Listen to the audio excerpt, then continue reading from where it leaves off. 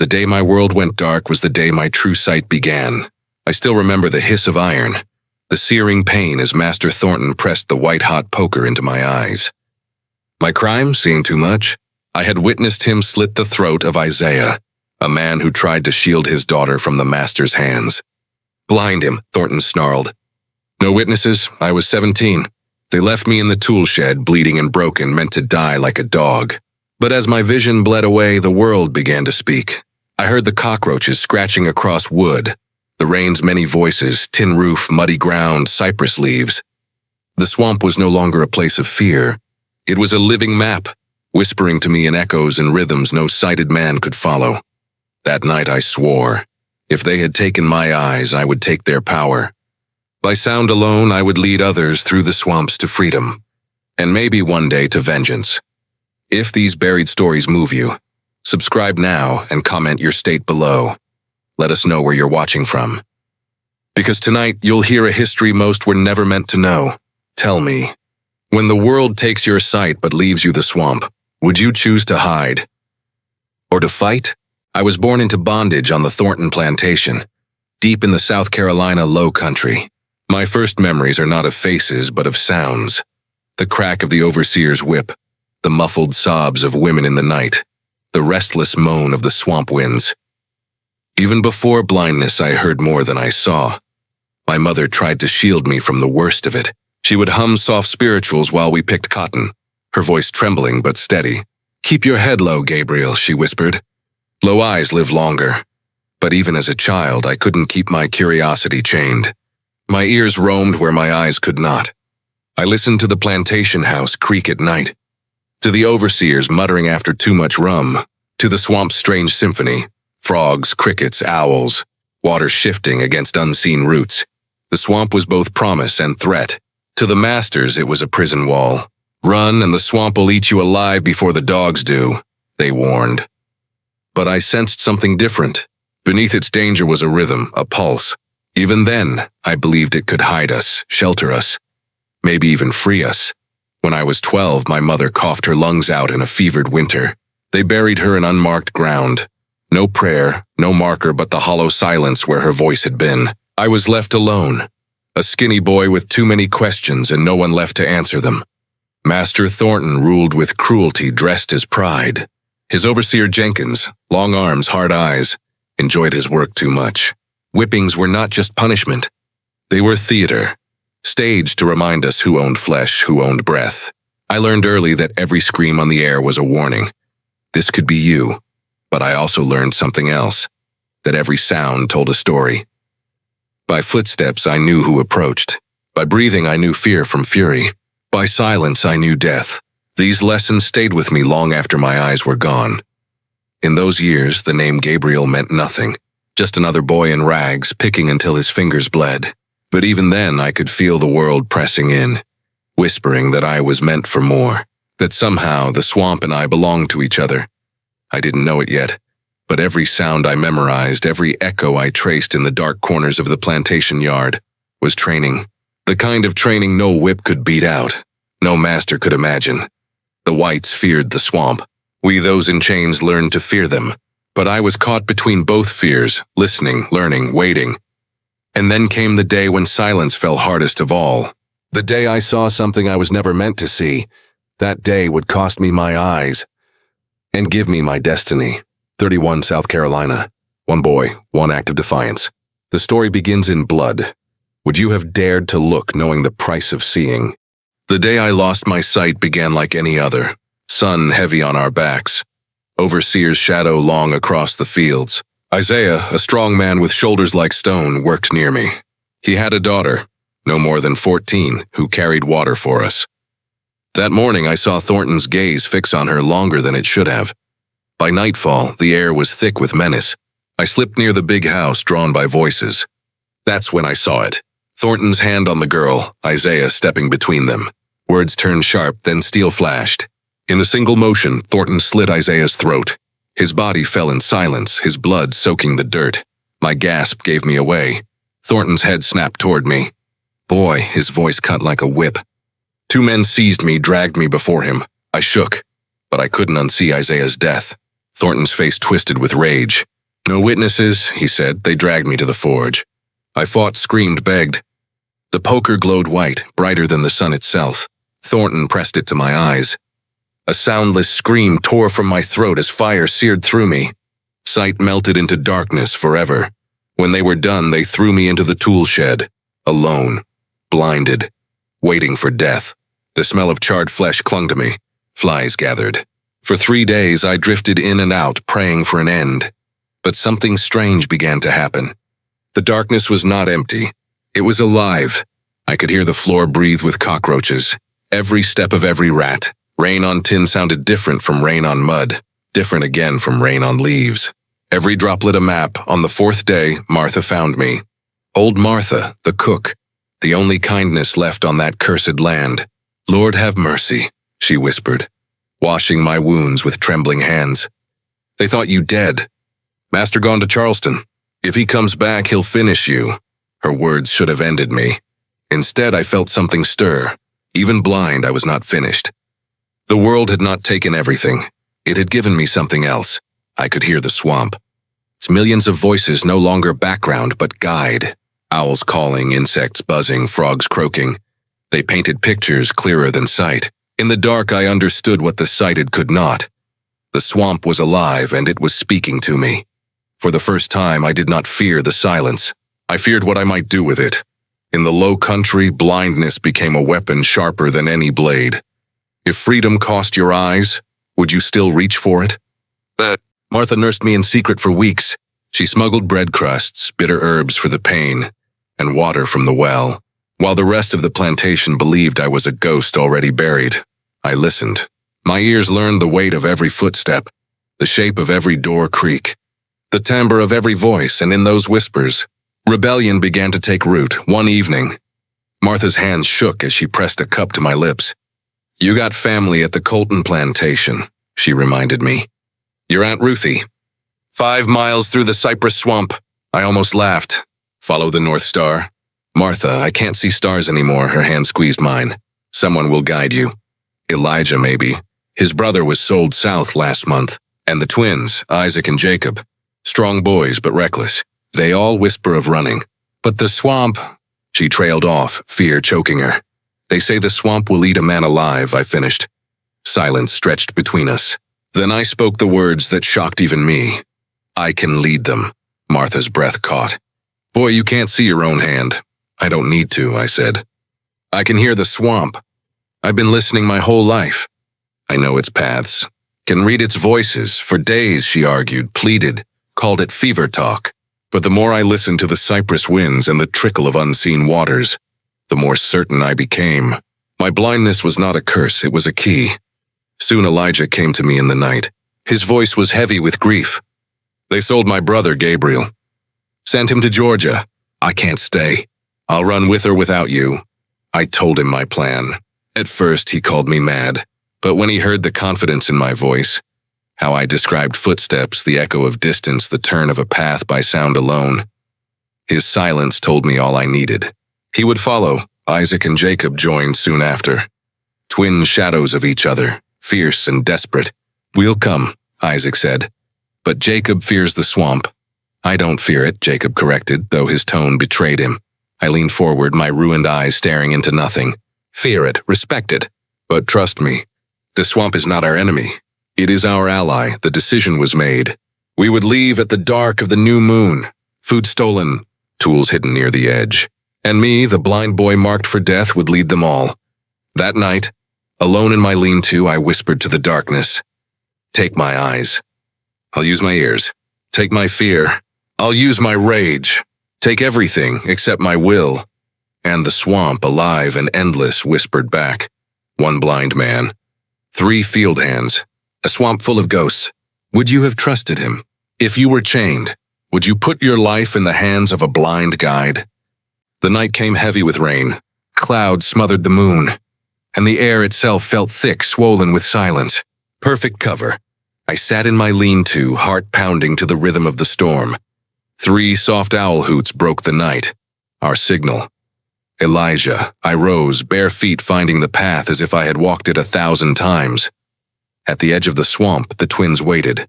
Isaac's breath was quick, nervous. Jacob tried to stand tall, but I could hear his knees quivering. Elijah's voice was steady. "We're ready." I lifted my head, listening to the world. Rain tapping cypress leaves. Frogs croaking from deeper pools.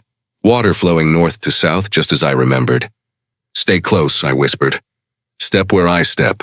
No sound unless I speak." We entered the swamp. To them, it was a nightmare. Black water, unseen roots, the hiss of hidden snakes. To me, it was a map etched in sound. Every click of my tongue painted a picture. Echoes off tree trunks told me where solid ground ended. The low gurgle of a stream told me where water flowed safe. The sudden slither of scales warned me of moccasins. Twice I stopped us just in time. Elijah muttered thanks under his breath, awe creeping into his tone. But Isaac's mind was elsewhere. "We have to get Jacob," he whispered. "The traders take him at dawn." I froze. "Jacob is here with us." Isaac shook his head. "Not my brother, my twin. They sold him this morning. He's chained with 10 others at the crossroads camp." My gut clenched. The swamp had brought us this far, but a trader camp?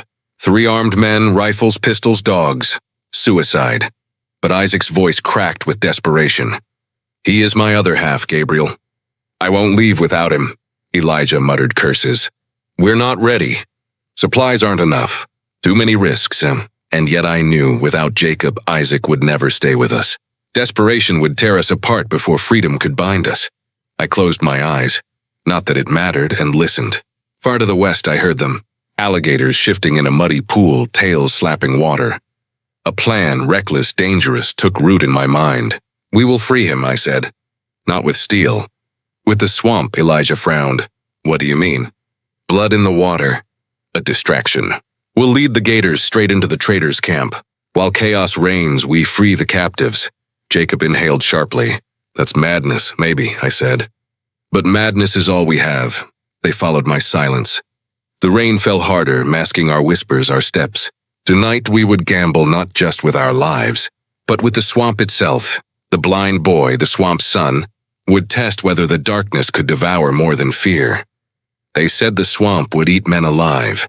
They never said it could be taught to bite back. Would you risk unleashing monsters just to save your brother? We reached the traders' camp near midnight. I could hear it long before we saw it. The crackle of fire, the low rumble of men's laughter, the faint clink of chains. 10 souls shackled to a wagon, Isaac's twin among them. 3 men, Elijah whispered. "Drunk, armed," I nodded. "Then the swamp will fight for us." I knelt by the gator pool, warm mud sucking at my knees. With Martha's small knife, I cut my palm. Let the blood drip into the water. Then I slapped the surface with a broken branch, splashing rhythm into the dark. The gators stirred, grunting, tails swishing. The smell of blood carried on the air. Slowly, I backed toward the channel that led straight to the camp. The beasts followed, thrashing forward like shadows in water. Twice one lunged so close I felt the rush of air against my skin. Still I walked, bleeding, leading, daring them on. When the first gator reached the clearing, the night erupted. Men cursed, guns fired, chains rattled as the slaves screamed. Horses reared, snapping their tethers. In that chaos we moved. "Now!" I hissed. Elijah and Isaac rushed the wagon. I struck trees with my branch, calling out from different angles, mimicking a dozen voices. "They're all around us," a trader shouted. More shots fired blindly into the swamp. The gators crashed closer. Their tails slammed earth. Their jaws snapped bone. One man screamed high and short, then nothing. "Jacob!" Isaac cried. Metal clinked as chains fell. More voices joined them, the freed captives. Fear turned to hope, hope to frenzy. They fled into the dark, following Isaac's voice. But the fight wasn't done. A trader fired, bullet splitting bark inches from me. I dropped low, heartbeat pounding in my ears. "Over here!" I roared, throwing my voice to the opposite side. Shots cracked where I wasn't. Elijah yanked me forward. "We got him. We got Jacob, we ran." Behind us, the camp dissolved into madness. Alligators feasting, horses screaming, men shouting prayers they'd forgotten until now. By dawn, we collapsed on a small, dry rise in the swamp. 11 of us now. Me, Elijah, Isaac, Jacob, and 7 more souls who had fled the chains. Their breaths came ragged, their voices hoarse, but every one of them was alive. Jacob, twin reborn to his brother's side, clasped my hand. "You led us." "Blind, yet you led us," I shook my head. "The swamp led us." I only listened. But deep inside, I knew the truth. My blindness was no longer weakness. It was weapon, shield, and guide. And the swamp was no longer prison. It was ally. That night, we became more than runaways. We became a people. One night, one ambush, 11 new voices in the dark. Would you have dared follow a blind man through the jaws of the swamp? We did not stop moving for 3 days. The swamp wrapped around us like a second skin, and still I listened, guiding our steps by sound. By the 4th night, we reached a dry island deep among the cypress, hidden, high enough to keep our feet above water, and far from the reach of dogs or horses. This is it, I said. This will be our haven. At first, it was nothing but mud and trees. But desperation breeds invention. Those with strength cut poles and lash them into crude shelters. Those with skill shaped traps for fish and small game. Jacob, once chained, now carved a fire pit while Elijah stripped bark to weave mats. For the first time in our lives, we worked not for a master's whip, but for ourselves. I taught them what I knew of sound. How the swamp whispered warnings if you listened. How a frog's song meant shallow water. How the flight of herons marked a clearing. How echoes off tree trunks could build a map. We fashioned trail markers only we could read. Gourds filled with pebbles that rattled in the wind. Sticks planted in mud to splash in patterns. To an outsider, they were nothing. To us, they were road signs. Food was scarce. We dug roots, caught fish, learned which berries stained lips with death and which filled the belly with life. Hunger gnawed at us, but freedom sweetened every bite. After a week, we made our first rescue. Aunt Ruthie, the woman Martha had told me of, waited at the Colton plantation. She was older, her back bent, but her spirit unbroken. That night, we guided her and 6 others through the cypress maze, silent but determined. When she clasped my face and whispered, "Your mother would be proud," I felt the darkness inside me shift. We called our island Haven. Word spread in whispers carried by field hands, passed along in songs at dusk in coded prayers. Others sought us, and slowly our number grew. Men who had been whipped bloody, women who had buried children sold away. The swamp gathered them all. At night, I sat alone, clicking my tongue softly, painting the shape of our refuge with sound. The echoes came back not as loneliness, but as a chorus of voices. Every laugh around the fire, every shared prayer, every sigh of relief. It was freedom stitched together from fragments of suffering. We were no longer fugitives. We were builders, survivors, a people reborn in mud and shadow. In the swamp's silence, freedom began to speak. If you had escaped the chains, would you have risked returning for others? Freedom spreads faster than fire. By winter, whispers of our haven carried from plantation to plantation. Slaves sang of it in coded hymns. Overseers cursed it in the night. And masters began to fear it. Fear breeds action. Soon, Martha's news reached us through trusted tongues. Planters from 3 counties had joined forces, pooling money to hire professional slave catchers from Virginia. They called us not runaways but rebels, insurrectionists, a threat to the order of the South. They were right. We held council under the canopy of cypress, our fire dim and smoke hidden. Some argued we should scatter into smaller groups harder to track. Others wanted to move north toward safer ground. But I stood firm. No, I said. Division is death. Unity is strength. The swamp is ours. We know her rhythms. We move as she moves. If they come, they will not find prey. They will find hunters. That was the night Esther arrived. She had been blinded too, punished for teaching others to read. Unlike me, she had lived her whole life in darkness. She taught us new ways of listening, more refined than my crude clicks. With her, I learned to sense the weight of clouds by the shift in birdsong, to hear fish turning beneath the water's skin, to measure time by the rhythm of frogs and cicadas. She told me once, "Your mistake, Gabriel, is that you still think like a man who once had eyes. Let go of sight. Let the world be sound." With Esther beside me, my ears became sharper still. What was once survival grew into strategy. Meanwhile, our haven swelled. 30 became 50. 50 became more. We built caches of food, rafts hidden under brush, and codes sung in work songs, so that any man or woman in bondage could hear the path to us. But danger pressed closer. Scouts returned one night with grim news. Men on horseback, rifles slung, dogs baying, combing the outer swamps. A militia forming. They'll burn us out, Elijah warned. Hunt us like hogs, I shook my head. They will try. But every dog can be misled. Every rider can be trapped. Every man who fears the swamp can be drowned in it. We sharpened not blades, but cunning. We made false trails soaked in pepper and animal fat to confuse hounds. We built decoy camps, so when slave catchers stumbled in, they found nothing but smoke and silence. We spread stories of spirits, curses, blind swamp devils who saw in the dark. Fear became our shield. For the first time, I realized this was no longer just escape. This was war, not fought on open fields with muskets, but in mud, shadows, and echoes. And I, the boy blinded by iron, had become their general. When fear marches with rifles, will unity stand or scatter? Would you stay and fight or flee and save yourself? In August of 1833, word reached us that chilled the blood. Thornton and his neighbors planned to sell 30 slaves to traders bound for the deep south. 30 souls, fathers, mothers, children, torn from the low country forever. Around the fire, we argued. Too many, Elijah said. We can't move them through the swamp. They'll be caught, slaughtered.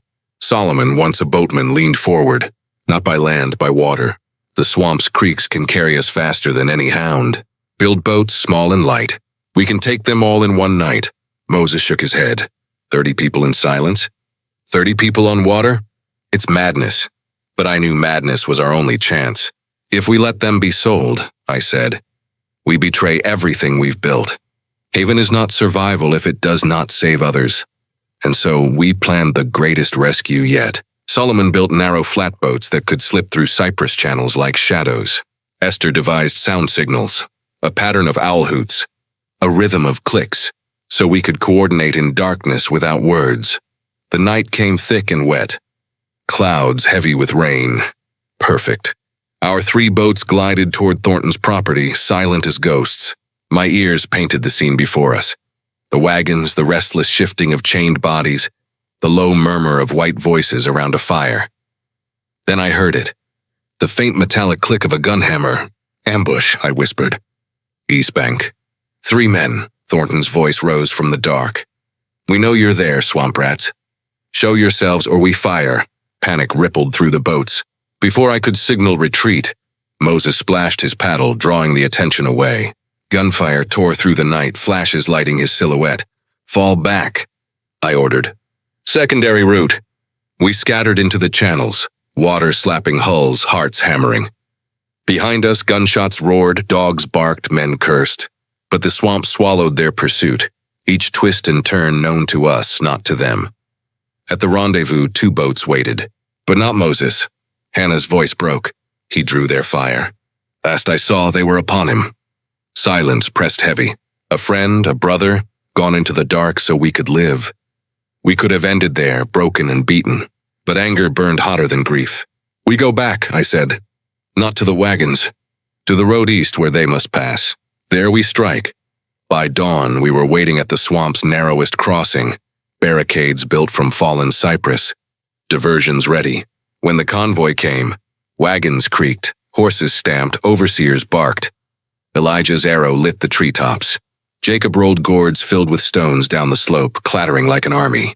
Confusion erupted, shouts, shots fired at shadows. In the chaos, I whistled our signal. Captives leapt from wagons, splashing into the swamp. Mothers clutching children. Men dragging chains, all drawn to the sound. This way, I cried, leading them deeper into water and night. By the time dawn bled across the sky, 29 souls had vanished from Thornton's grasp. Moses was gone. But 30 lives were saved. His sacrifice became our shield, his name our rallying cry. That day we were no longer fugitives. We were an army, 30 chained souls, 3 boats, 1 betrayal. Would you risk everything? Would you have turned back for 30 strangers knowing it could cost your life? Moses' sacrifice hardened us. His name was carved into every decision, every risk we took. But the planters wanted vengeance. They swore the swamp would yield its rebels, dead or alive. Then came word, Moses was not dead. He had been captured, chained in Thornton's stable, set for public execution. The masters wanted to make an example of him, hang him before the slaves of 3 counties. Our council gathered. Many shook their heads. "It's suicide," Elijah said. "The plantation will be bristling with guns." Hannah's voice cut through. "We leave him there, we lose more than Moses. We lose our soul." She was right. So I told them my plan, a plan of smoke and sound, not steel. "We will not fight their rifles," I said. "We will fight their fear." On the day of execution, Thornton gathered his spectacle. Slaves were herded into the yard to watch. White planters stood near the platform, proud in their cruelty. But hidden in the swamp, in the quarters, even among the crowd, our people waited. I gave the signal. 3 sharp whistles. Chaos bloomed. Resin-soaked moss lit in sudden flame, casting eerie light across the trees. Painted gourds rattled in the branches, echoing like ghostly chains. Strange cries rose from every direction, practiced voices imitating spirits of the dead. The crowd broke. Some screamed witchcraft. Others fell to their knees, crossing themselves. Even overseers froze, their faith in powder and steel shaken by what they could not see. Amid that terror, Solomon and I slipped to the stable. The guard never heard us. One strike silenced him. Inside, Moses looked up, eyes wild but burning. "Took you long enough," he rasped. We broke his chains. "Walk?" I asked. "If it means leaving this hell, I can fly." We vanished into the swamp as panic consumed the plantation. Thornton's voice bellowed orders, but his words crumbled against the tide of fear. By the time rifles steadied, we were gone. Back in Haven, Moses stood among us, free again. His survival became legend. The whites whispered of spirits guarding him, of a blind devil leading armies in the cypress. They gave me a name, Spectre of the Swamp, a ghost who could not be caught, could not be killed, and I did not correct them, because sometimes fear is stronger than bullets. When men fear ghosts, even the blind can lead armies. Do you believe fear is the strongest weapon in war? For years, I carried Martha's kindness like a lantern in the dark. She had saved me when I was left to die, nursed me, believed in me when I could not believe in myself. Without her, there would be no haven, no rescues, no rebellion. Then the news came. Thornton had seized her. He dragged her into his house, demanding she betray me. When she refused, they beat her, hung her by her wrists, starved her. Still, she held her silence. The council raged. "We'll storm the plantation," Elijah swore. But I shook my head. They expect an army. They will not expect a ghost. I went alone. The swamp carried me back to the land of my birth, the place where iron stole my eyes. I slipped between patrols, each footstep measured by echo, each breath hidden by wind. I found the kitchen house first, but Martha was not there. The silence told me before the truth did. From Thornton's study, I heard voices. The sheriff's tone was grim. Found her hanging in the woodshed. "Your overseer swears she did it herself, but the marks say otherwise." Thornton's reply was flat. "She was just a slave." The words split something inside me. Martha was gone, killed for protecting me. My grief was a blade, but I would not swing it blindly. That night, I entered Thornton's study. He slept above, dreaming of his power. I left 3 things on his desk. A carved cypress figurine from our swamp. Scrap of paper that read, "We see everything." And a jar holding the eye I had carried since the day of my blinding, preserved in brine. By dawn, I was gone. Within days, Thornton's mind collapsed. He raved of spirits, of blind men watching him from the trees. They sent him to an asylum in Charleston, broken, babbling, haunted. The patrol slowed. The militias hesitated. The swamp's legend grew teeth. Martha had died in silence, but her silence became thunder. Some die in silence, others live as whispers. But silence can haunt. Would you risk your life for the one who once saved yours? By the mid-1830s, Haven was no longer just a hiding place. It was a nation born of mud, water, and will. We had grown to more than 200 souls, families reunited, children born in freedom, elders who had lived their lives in chains now walking upright with dignity. What began as one island became many. 7 settlements spread through the cypress maze, all connected by secret trails and waterways. We built boats, crafted light and narrow, able to slip through channels that even hunters feared. Solomon taught us to row without splash, to glide like shadows. Scouts patrolled with sound signals, rattling gourds or whistling in patterns only we understood. We created laws of our own. A council chosen by voice and trust, not by whip or birth. Decisions made in circle, every voice heard. No master, no overseer, only freedom. But our strength was not in numbers alone. It was in the stories. The whites whispered of us as devils, phantoms, a blind seer guiding armies in the dark. Mothers sang our names in cradle songs. The swamp became more than geography, it became myth. And still, we did not stop rescuing. Every new moon, small groups slipped to plantations, returning with brothers, sisters, strangers who became kin. Our trails stretched north, linking with Quakers in Carolina, with maroon communities on the coast. Haven was no longer just survival. It was the first link of a chain called freedom. But with growth came risk. Slave catchers doubled. Militia patrols hardened. Bounties rose higher. Their posters nailed on courthouse doors. $500 for the blind rebel of the swamp. We countered not with muskets, but with cunning. Dogs were led astray by pepper trails. Catchers lured into bogs where their own weight dragged them down. Camps they thought they found turned to smoke and emptiness. Each victory bound us tighter. Each loss carved names into memory. We buried our dead in hidden clearings, marked not with stones, but with songs only we knew. One night Esther laid her hand on mine. What you've built is more than escape, Gabriel. It is a nation, and nations do not hide. They endure. Her words stayed with me. For the first time, I saw our people not as fugitives, but as citizens of something greater, something born in silence but destined to roar. What began as escape became a nation carved from mud and water. Do you think a nation without walls or flags can still change history? By the time war broke over the South, I was no longer a boy marked by iron. I was an old man, scarred but unbroken, with more years free than enslaved. In 1861, when cannons thundered at Fort Sumter, less than 50 miles from our swamp, our hidden nation had already endured for 3 decades. Union scouts came to us for guidance, and our men joined their ranks. We led them through marshes where enemy soldiers sank, through hidden creeks where supply lines vanished. The swamp that once shielded us now shielded an army. When emancipation came in 1865, many left Haven to claim new lives on open land or in cities. Others stayed, unwilling to abandon the freedom carved from water and shadow. Some even bought the land around our swamps, turning secret trails into rightful property.